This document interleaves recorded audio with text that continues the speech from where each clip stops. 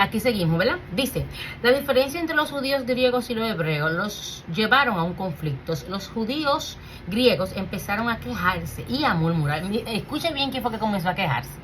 Los judíos griegos, hermanos, empezaron a quejarse, a murmurar. Dijeron que sus viudas estaban siendo desatendidas en el servicio diario. Recuerde que los creyentes compartían todas las cosas en común y todas sus necesidades, ¿verdad que sí? Algunos llevaban ofrendas de vez en cuando. Estas ofrendas podían incluir dinero, ropa, comida. Los que podían trabajar encontraban un trabajo y se relacionaban.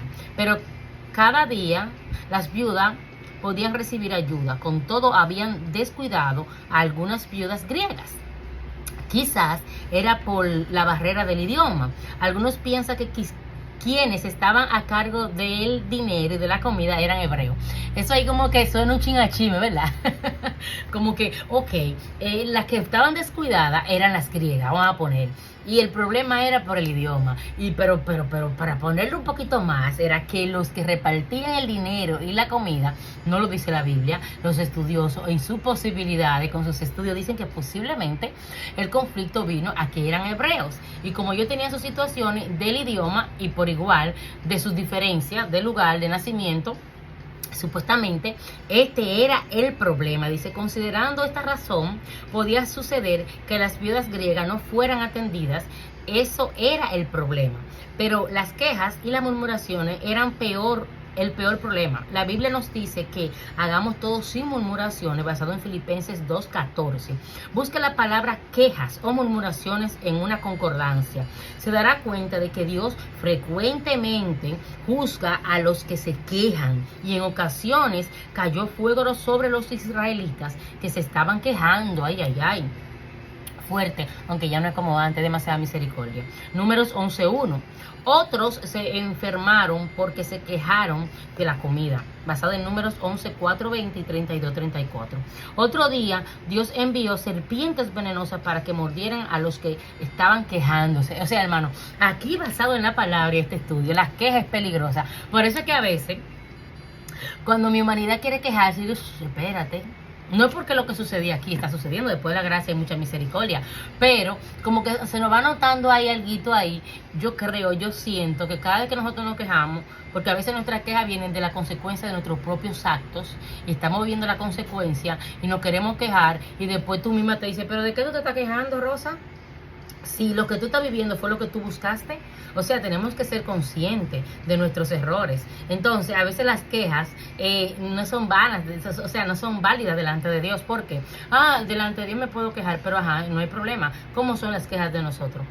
Como le pasó al pueblo de Israel, que teniendo sustento, querían lo que tenían en su vida de secuestrado allá, que querían tener esa vida de maltrato porque tenían sus pepinos, sus cebollas. A esa gente le gustaba el pepino y la cebolla, terrible. Esa gente, imagínense, se mencionaban eso cada rato.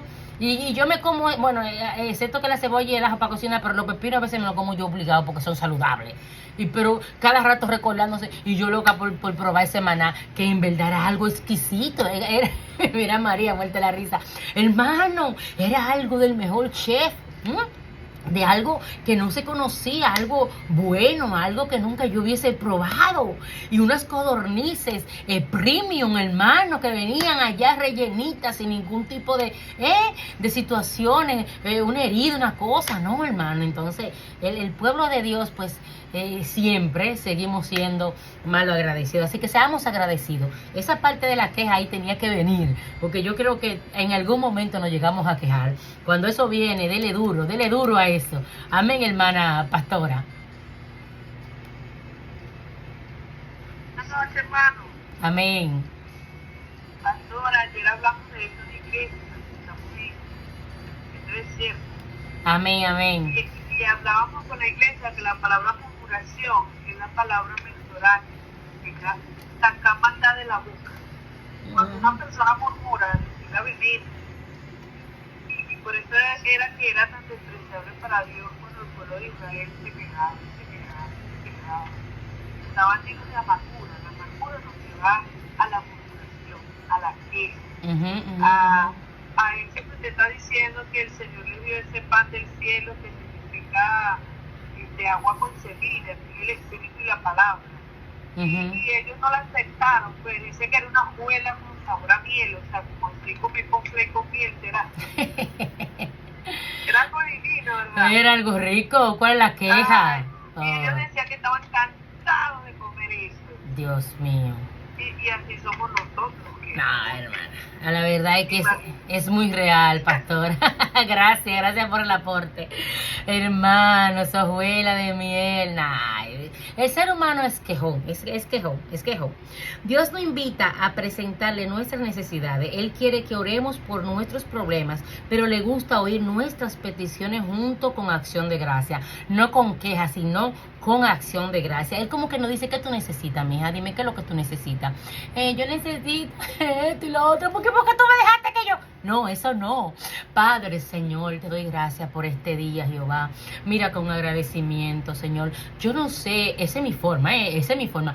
Yo no sé si tú podrás por ahí como que ayudarme con esto. Porque tú dices que yo pida y que la puerta, y me pongo, hermano, mire, no es que yo estoy, no es de que me estoy haciendo la inocente, no, sino es que me pongo como que no soy merecedora de nada porque me siento que no lo soy.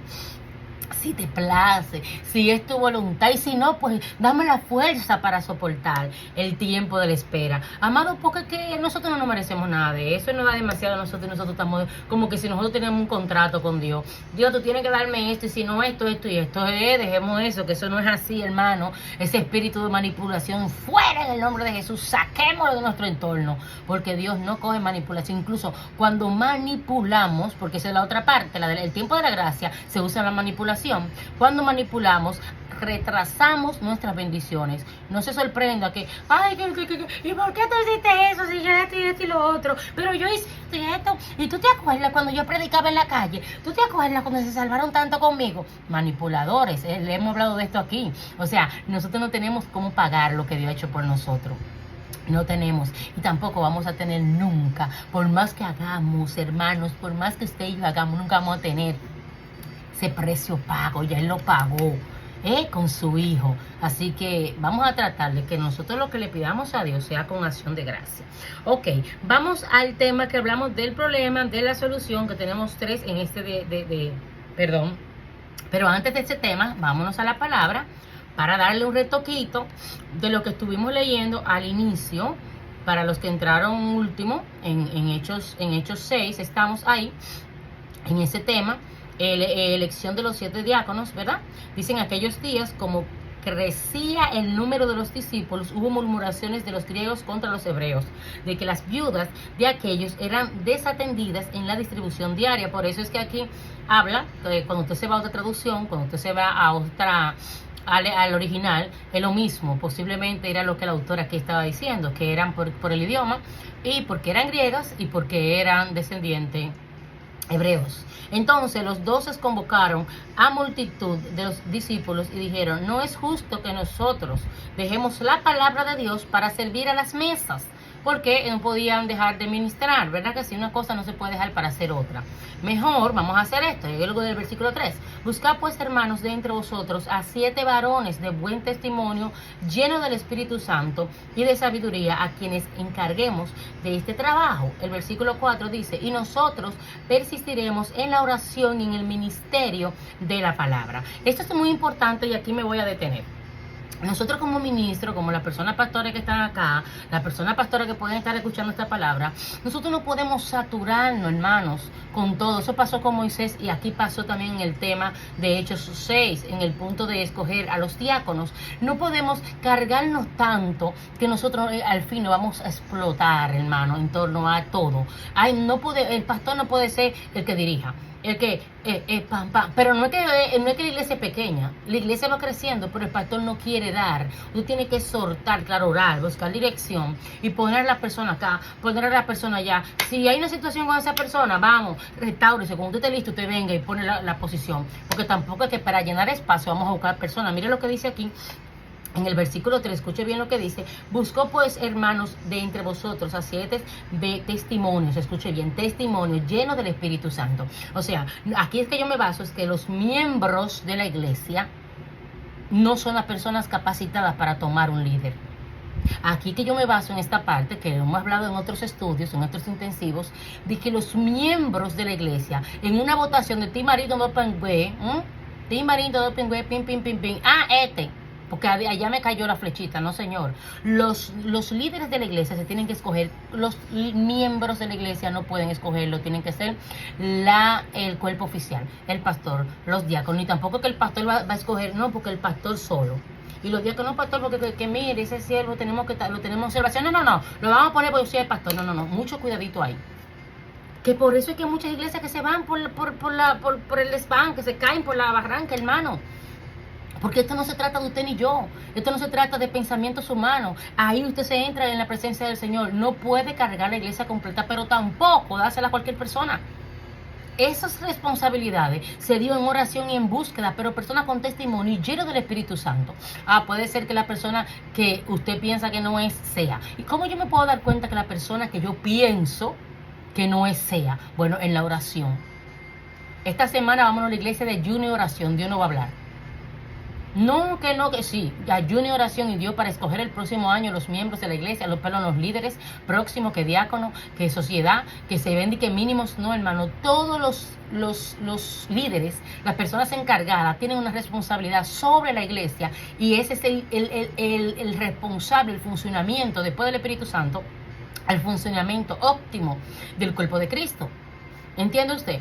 Entonces, no me diga usted a mí que cuando el doctor va a operar, si va a operar, Dios libre a una persona a operarse. Y en el área de la operación, en la sala de cirugía, el doctor va a coger, pone allá el anestesiólogo, pone acá el internista, el especialista allá, y dependiendo del caso. Diga, vamos a ver, Timarindo Dopingüe, donde caiga la... No, hermano, es un orden. El anestesiólogo va a anestesiar, El internista fue responsable de todas las cosas que tenía que hacer cuando ingresó el paciente.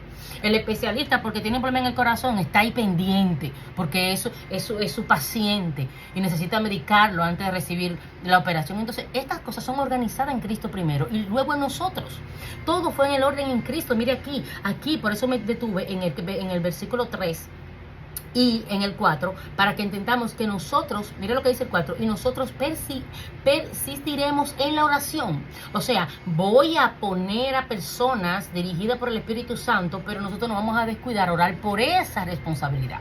O sea, como pastores, usted tiene la responsabilidad de la iglesia, usted le está dando parte de su responsabilidad a los miembros futuros pastores, ministros de la casa, que están creciendo ahí con usted, que usted le vio el potencial y usted oró y Dios lo puso, ¿verdad? Pero no solamente eso, sino que usted va a ser persistente en la oración para con el funcionamiento de esos hombres y mujeres de Dios. Entonces dice que ellos persistían en la oración y en el ministerio de la palabra. Ahí no había descuido. Dice el 5, agradó la propuesta a toda la multitud y eligieron a Esteban, varón lleno de fe y del Espíritu Santo, a Felipe, a Prócoro, a Nicanor, a Timón, a Parcenas y a Nicolás, prosélito de Antioquía, a los cuales presentaron ante los apóstoles, quienes orando les impusieron las manos. Usted me entiende, es una combinación espiritual para todo lo que nosotros como iglesia, como casa de Dios, como Grey tenemos que hacer. Y crecía la palabra del Señor. ¿Por qué crecía la palabra del Señor? Porque todo estaba en un orden y porque estábamos unánimes. Los apóstoles no descuidaban su parte, pero las personas, los discípulos, las personas que estaban allá, los que estaban atendiendo, esas personas que estaban ahí llenos del poder del Espíritu Santo, los que escogieron, ellos tenían la potestad de ministrar y hacer en el nombre de Jesús la voluntad de Dios. Y dice aquí en el versículo 6, a los cuales presentaron ante los apóstoles y oraron, impusieron sus manos y crecían la palabra del Señor, y el número de los discípulos se multiplicaba grandemente en Jerusalén, y también en muchos de los sacerdotes obedecían a la fe. Amado, entonces las cosas estaban funcionando bien. Se acabó el chisme de la pobre doña, se acabó el chisme de la doña que se quedaron sin maridos. Se acabó el bochinche que había ahí, que no, que yo comía más, que yo comía mulo, que yo comía esto, no, que yo necesitaba comer lo otro. Se acabó esa parte. Amén, hermana, déme un momento para yo terminar esta parte aquí. Entonces, cuando pasa esta situación, Nosotros tenemos que entender, mis amados hermanos, que nuestra responsabilidad en primer lugar, segundo, tercero, cuarto, hasta el 100, hasta el 1000, hasta el millón, es con Dios. Y la responsabilidad de nosotros es algo demasiado fuerte porque puede agraviar, hermano, la grey, puede manchar, puede maltratar, puede arrugar, hermano. Una mala decisión de las personas que rodean a los hombres y mujeres de Dios puede causar un problema garrafal en la iglesia. Una mala decisión mía, suya, hermano, como miembro, como líder, como un miembro con responsabilidad. No es lo mismo como un miembro que va a la iglesia, que tiene la misma responsabilidad en torno a la relación con Dios, pero no la misma responsabilidad con los demás. ¿Usted me entiende? Entonces, ¿por qué los líderes, los miembros tenemos que cuidar nuestros pasos? Hermano, hay cosas que yo no las hago sencillitas, que yo no las hago. ¿Sabe por qué no las hago? Porque me acuerdo de la responsabilidad ministerial que yo tengo. Me acuerdo, hermana, hasta para tomarme una foto. Y no es algo que yo lo hago de que porque, no, sino porque lo siento en mí. Hay algo que se sembró en mí tan fuerte y que yo le doy su comida, que yo no lo puedo hacer. Incluso hay cosas que otras personas se ríen delante de mí y que yo quisiera y no puedo reírme, me quedo seria. Ay, discúlpeme, pastora, no es que es tan grave, sino es que las cosas de los hombres y mujeres de Dios no se puede poner a la ligera, hermano, delante de los demás, porque hay una responsabilidad de nosotros para con los demás. Somos carta leída y bien leída, hermana, requete leída. Nos leen constantemente y nos leen para poder saber si estamos listos para seguir en la grey. Ellos no tienen la responsabilidad. Ellos no la tienen, hermano, pero sí nosotros tenemos la responsabilidad de saber cuál es nuestra condición y cuál es nuestro carácter y actitud y nuestro testimonio delante de los demás. No podemos tirar en vano estos compromisos que hicieron estos hombres de Dios aquí desde el principio, hermano. Vamos a organizarnos en el nombre poderoso de Jesús.